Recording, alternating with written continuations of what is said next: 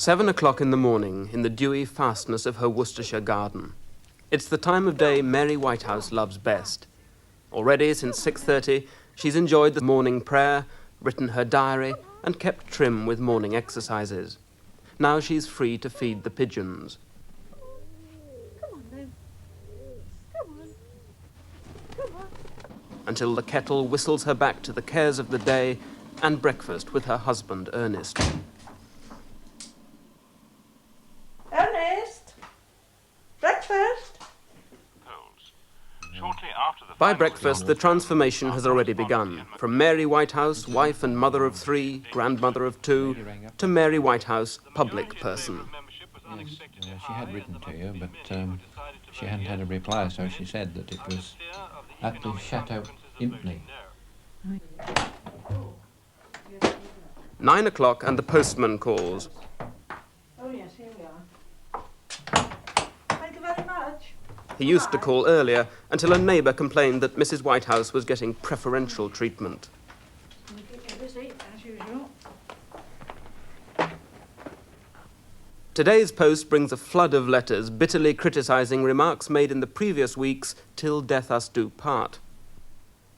All of them, I think, objecting to the blasphemy. The reason why God and the Virgin Mary hadn't had any more children except Jesus Christ was perhaps because they were on the pill.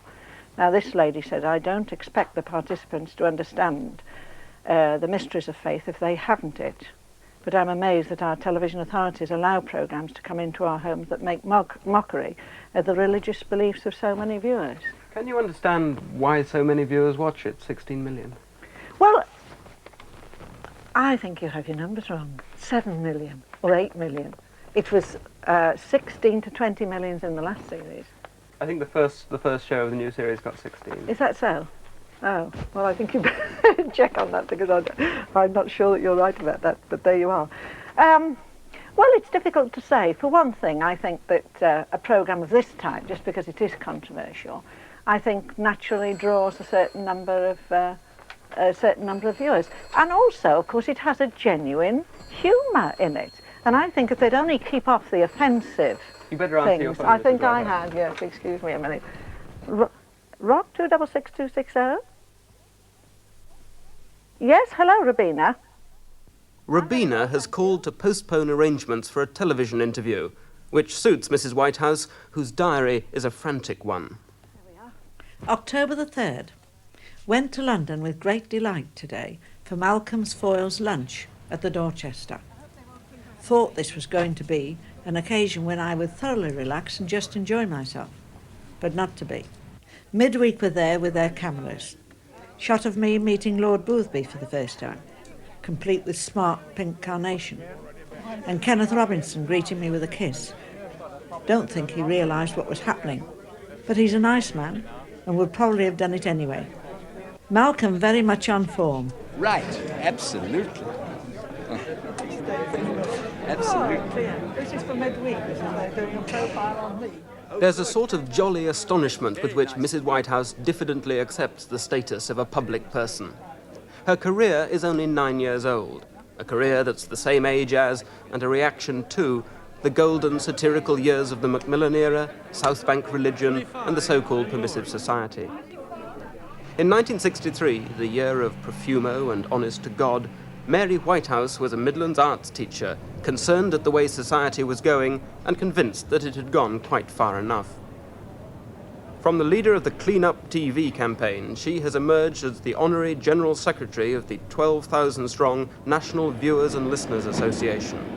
As such, she's in constant demand all over the country, a tireless round of speaking engagements at rallies and meetings, a full-time job for which she receives the gratitude of local worthies, her expenses, but not a penny in salary. Very glad indeed. Yes, well, it's lovely to Have be you had a here. good journey? Very good, but I'm afraid I missed my connection. Never mind, you're So here. I'm here in plenty of time. You're here in plenty of Good. time. You'll have time for a cup of tea. Oh, I shall need one. Yeah, I'm Nothing sure else you to will. do. Yeah. Tonight, they've come by the coachload from all over North Wales.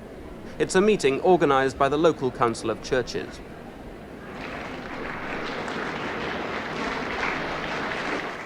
Mrs. Whitehouse's platform style is professional, her oratory Churchillian. I believe that this autumn into which we're now moving is one of the most critical autumns that we have ever lived through. And I don't exclude the months of the Battle of Britain or all that happened during the last war.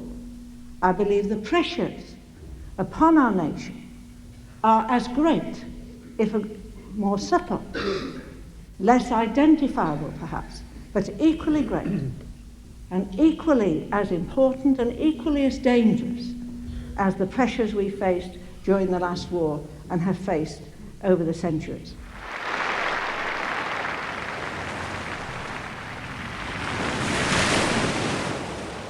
Fighting on the beaches of Llandudno. It's a suitable venue for someone who was once described as the little Canute, exhorting the waves of moral turpitude to retreat.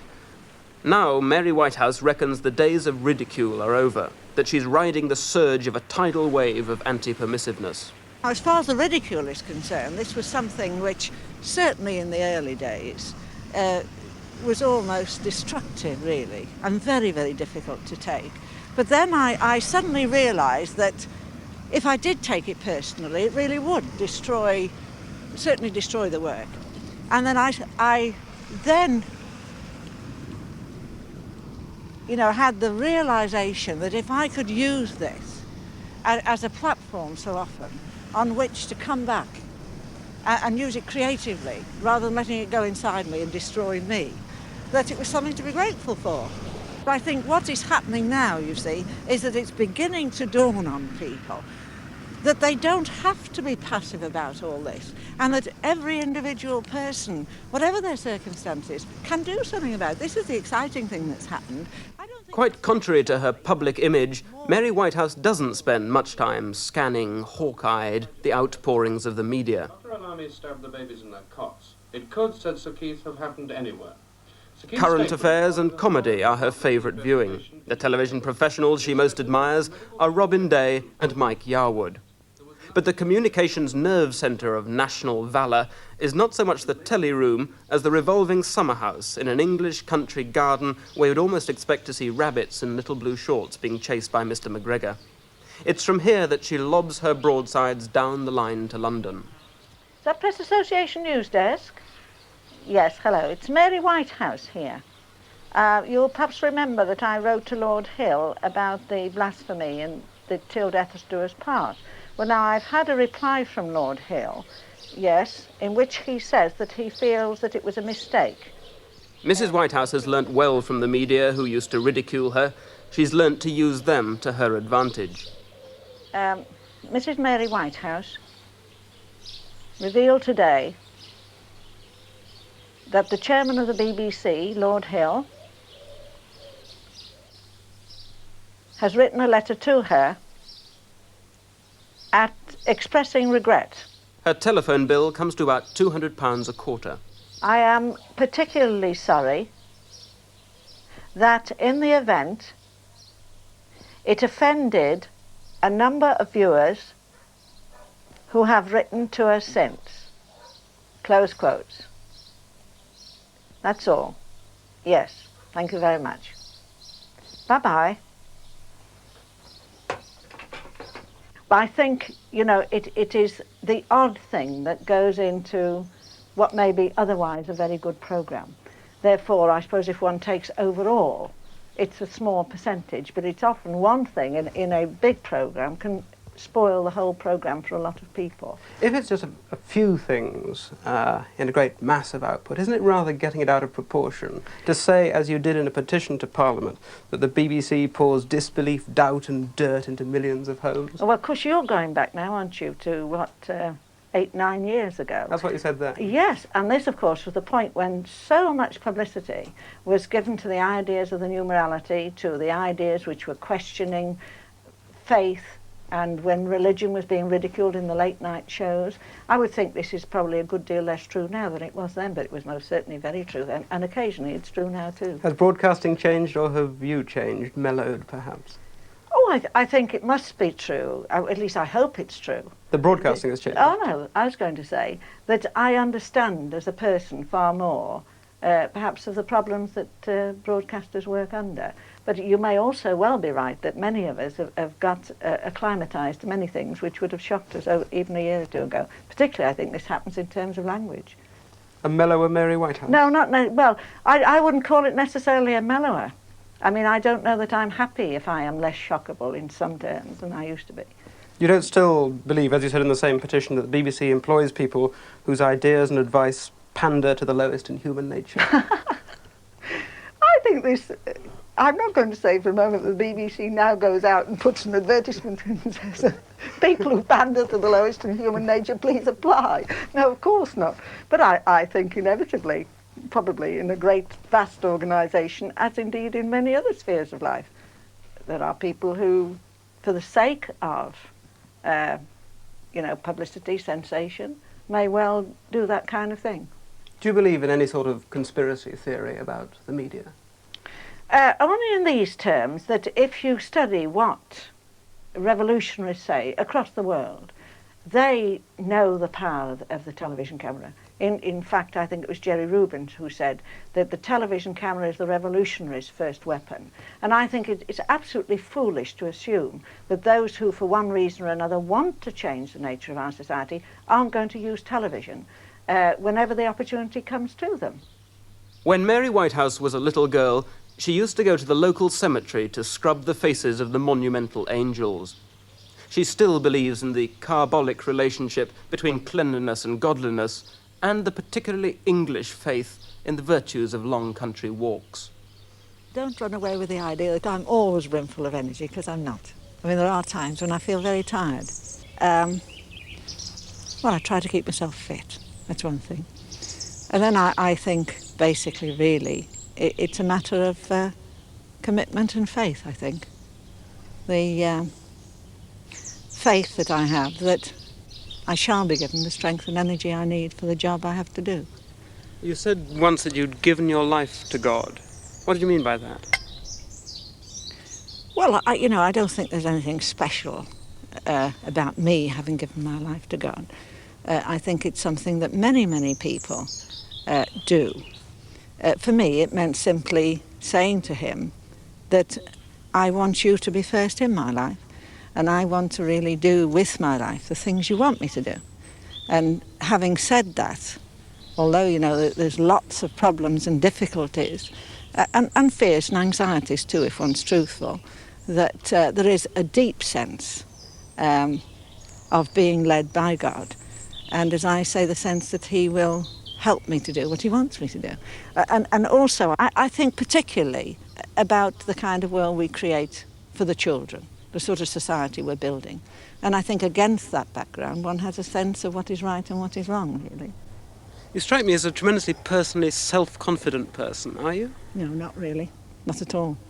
If I were to sort of look at myself and think about myself, then I think I just wouldn't do what I do, really. It's only as long as I keep my eyes off myself that I can do what I do. If I were at all to start wondering about what people were thinking about me, about how well I'm doing something, I just get the collywobbles and curl up and go home and die or something. Do you never wake up in the middle of the night and think to yourself, blimey, and I know you do say blimey, do you ever wake up and say, blimey, what am I doing? Here am I, a national figure, I've got to address another meeting and stand... Well, I never think about myself as being a national figure. I mean, I'm not followed around by hordes of secretaries and people that organise me and all this sort of thing. I'm just a very ordinary person who's doing a particular job. The job has made you a national figure? Well, I accept the fact that a lot of people know who I am, of course. But as far as waking up in the night is concerned, I very often wake up in the night, perhaps less frequently than I used to. But certainly I have spent many, many nights feeling thoroughly sick. Very faithless of me, I suppose, but there you are, about what would happen, perhaps, in the papers next morning after something I've said. But actually, as time goes on, one has faith, I find, in the media men too.